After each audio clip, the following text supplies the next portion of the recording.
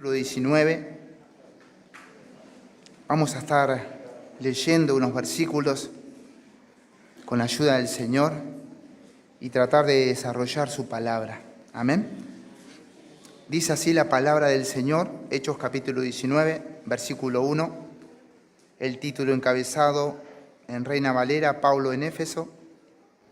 Dice así: aconteció que entre tanto que Apolos estaba en Corinto, Pablo, después de recorrer las regiones superiores, vino a Éfeso y hallando a ciertos discípulos, les dijo: ¿recibisteis el Espíritu Santo cuando creísteis? Y ellos le dijeron: ni siquiera hemos oído si hay Espíritu Santo. Entonces dijo: ¿en qué pues fuisteis bautizados? Ellos dijeron: en el bautismo de Juan. Dijo Pablo: Juan bautizó con bautismo de arrepentimiento, diciendo al pueblo que creyesen en aquel que vendría después de él, esto es, en Jesús, el Cristo. Cuando oyeron esto, fueron bautizados en el nombre del Señor Jesús, y habiéndoles impuesto Pablo las manos, vino sobre ellos el Espíritu Santo y hablaban en lenguas y profetizaban. Eran por todos unos 12 hombres. Tenemos una palabra de oración, hermanos. Señor, muchas gracias.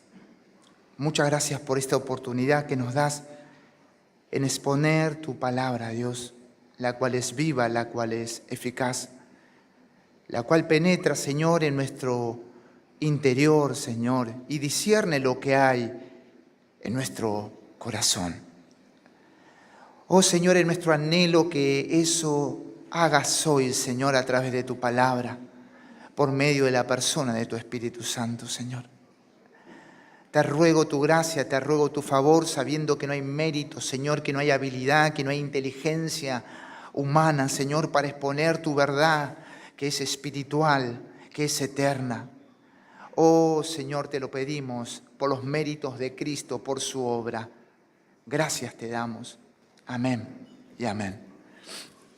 Tome su ubicación, amado hermano. Hemos leído entonces Pablo en Éfeso y entramos ya en el tercer viaje misionero del apóstol Pablo. Amén, es muy importante también tener en cuenta eso. Ya entramos en el tercer viaje misionero y vemos cómo Lucas aquí se va a estar enfocándose o centrándose en el contexto, ¿no?, anterior que nuestro hermano ha predicado, en un personaje que nos dejará una enseñanza de humildad, este personaje. Y es justamente Apolos, a quien caracteriza Lucas como varón elocuente y poderoso en las Escrituras, y de espíritu fervoroso. Dice que enseñaba diligentemente lo concerniente al Señor. Y luego que se encuentran con dos consiervos de Pablo, dice que con gran vehemencia, luego que se encuentran con Aquila y con Priscila, refutaba públicamente. Antes no hacía esto, lo hace cuando Aquila y Priscila, o Priscila y Aquila, lo ordenan exactamente en cuanto a la Escritura, en cuanto al Espíritu, en cuanto al Cristo. Amén, a Jesucristo. Y ahí vemos como él, ahora con gran vehemencia, refutaba públicamente a sus compatriotas de que Jesús era el Cristo. Aunque nos muestra el autor Lucas que Apolos no conocía completamente la obra del Señor y su evangelio, porque nos dice que solo conocía el bautismo de Juan. Ahora el Señor, como lo dijimos antes, utiliza a Priscila y Aquila, compañeros de Pablo, para instruir a Apolos en forma más exacta en el camino del Señor. Luego de su transformación completa, de la transformación completa de Apolos, ¿no?, de forma más plena, podamos decirlo, o más profunda en cuanto al conocimiento del Señor,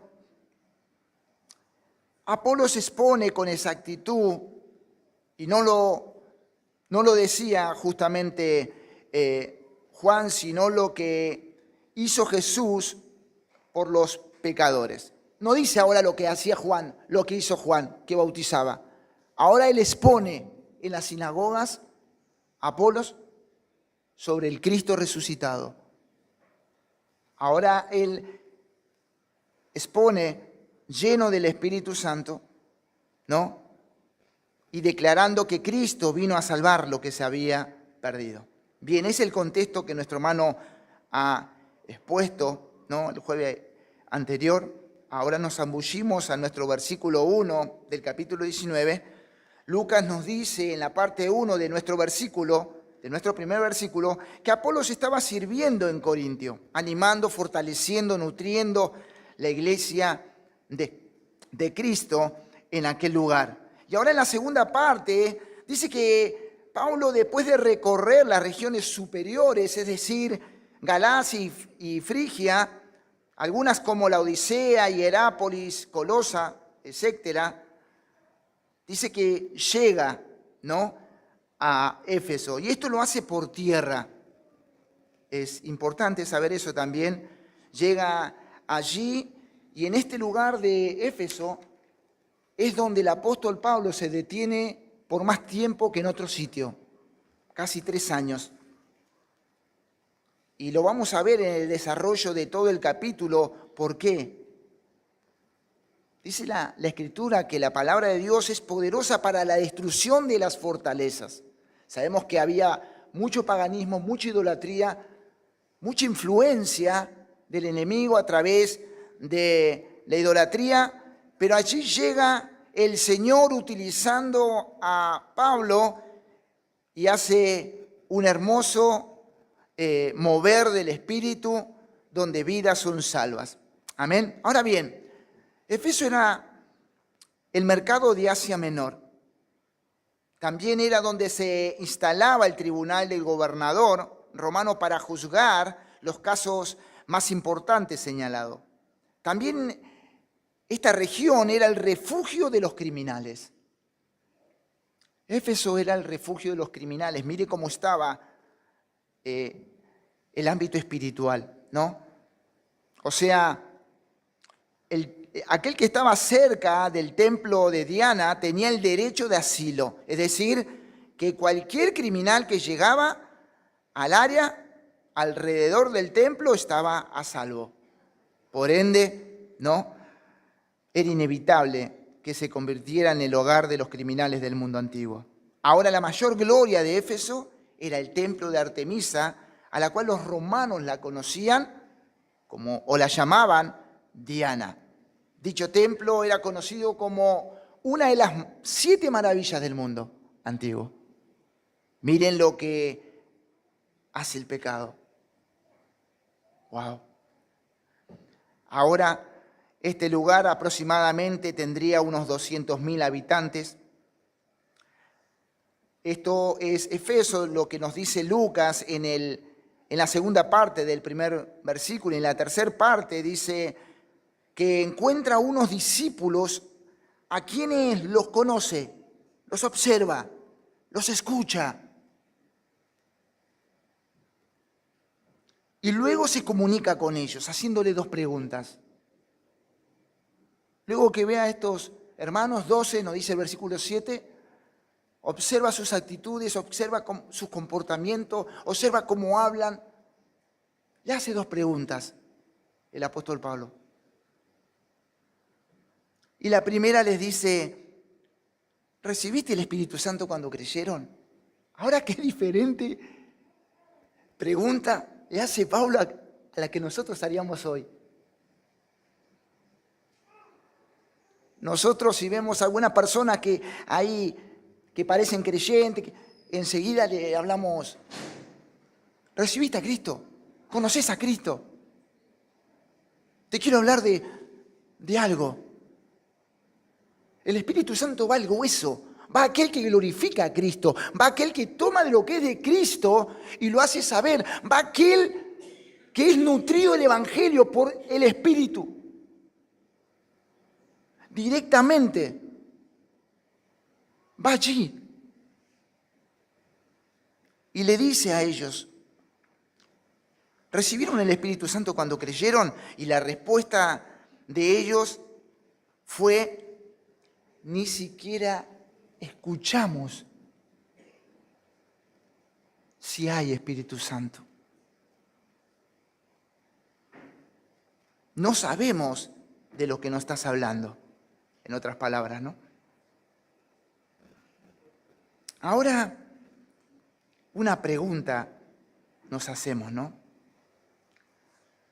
¿Por qué los 12 discípulos que nos dice Lucas no sabían del Espíritu Santo cuando parece que habían creído?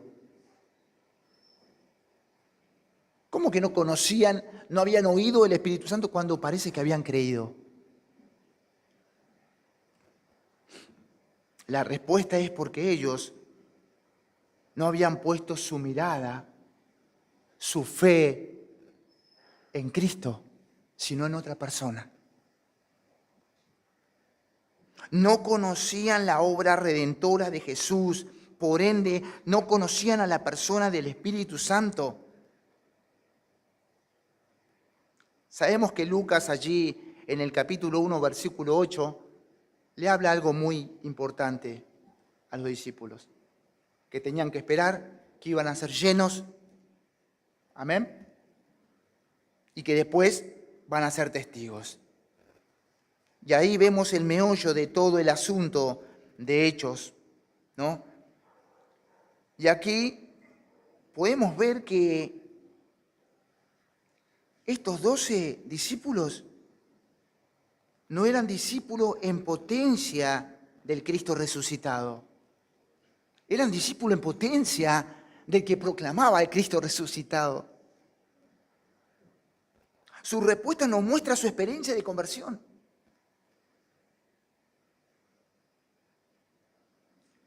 Romanos 8:9 nos dice, en cuanto a lo que nos dice la Escritura sobre la persona del Espíritu Santo, quien es Dios también, la tercera persona de la Trinidad.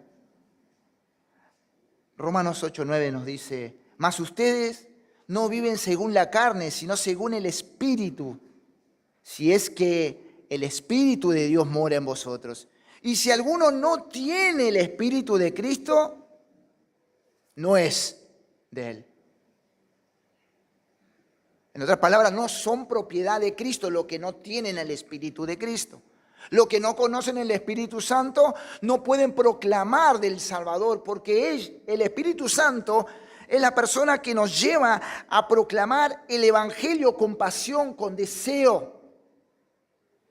Una y otra vez le predicamos a ese pariente, a ese tío, a ese compañero de trabajo, de vuelta le volvemos a predicar. Y no porque somos buenos, porque justamente es todo lo contrario. Es porque el Espíritu Santo nos lleva a predicar la buena noticia de salvación. Cristo es el Salvador.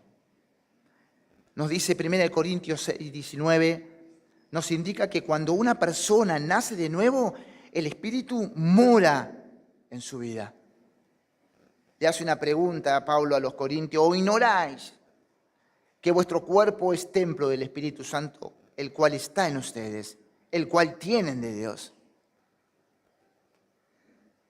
Y uno de los versículos sublimes que nos habla allí el apóstol Juan, en el capítulo 3, con la charla a Nicodemo, versículos 5 y 6, le responde Jesús, de cierto te digo, que el que no naciere de agua y del Espíritu, no puede entrar en el reino de Dios.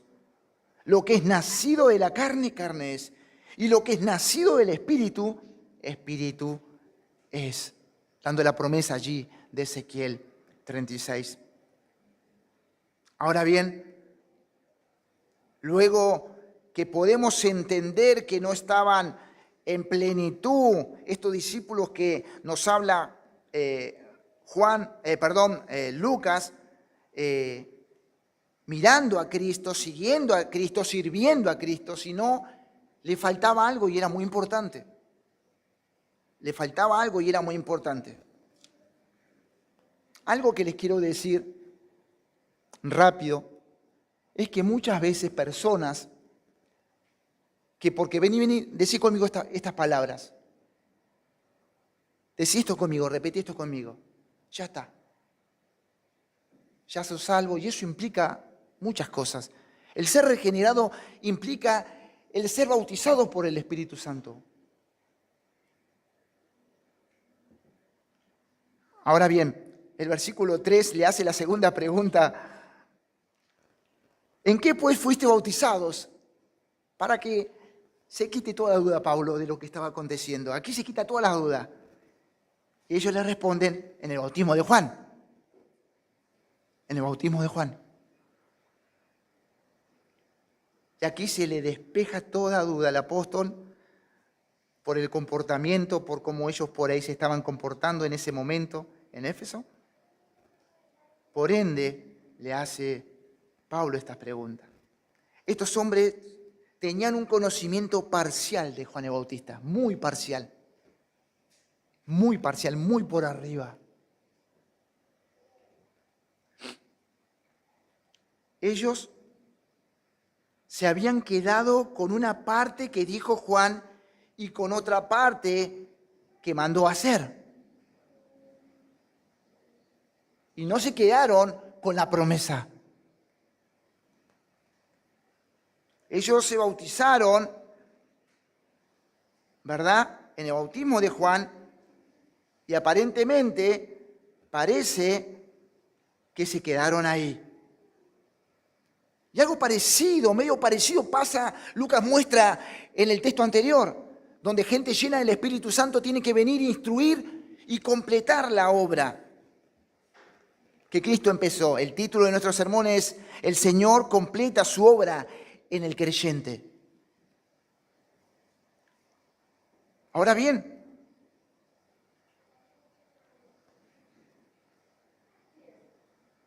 ellos se habían quedado con esa parte que Juan le había dicho o había hecho, sea que lo hizo Juan porque no lo dice el texto, algún discípulo de Juan no lo dice el texto, pero sea que fue algo, Matthew Henry dice justamente que fue una persona que seguía a Juan, un discípulo de Juan, pero no lo dice la Biblia.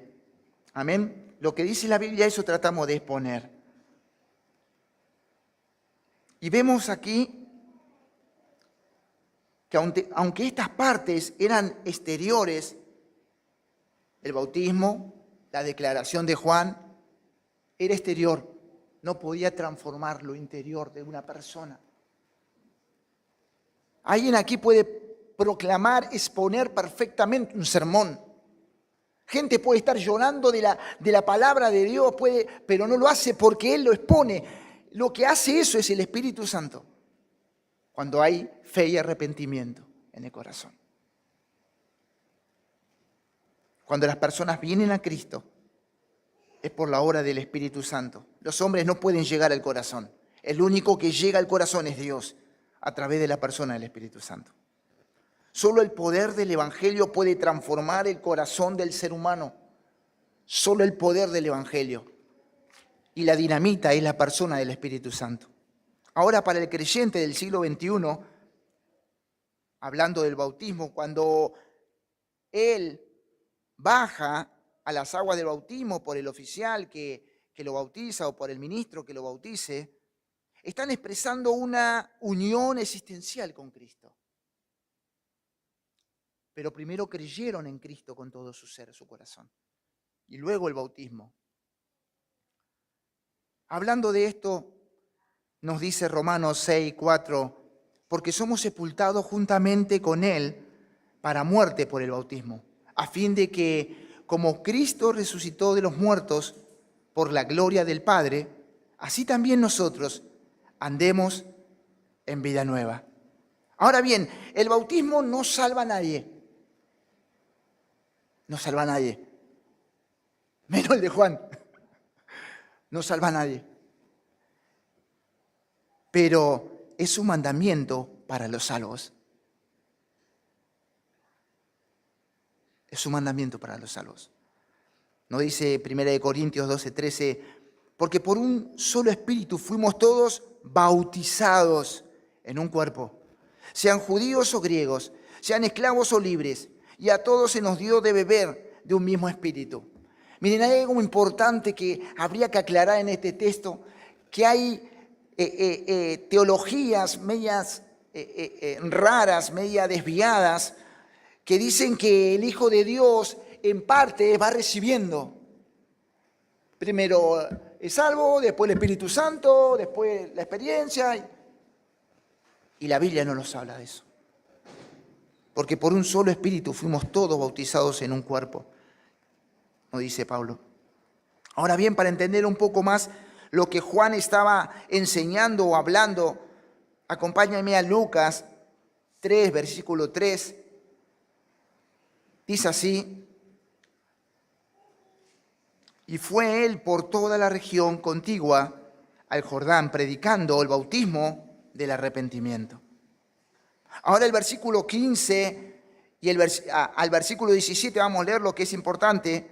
Como el pueblo estaba en expectativa, preguntándose todos en sus corazones si acaso Juan sería el Cristo, respondió Juan diciendo a todos: yo la verdad os bautizo en agua, pero viene uno más poderoso que yo, de quien no soy digno de desatar la correa del calzado. Él os bautizará en Espíritu Santo y fuego.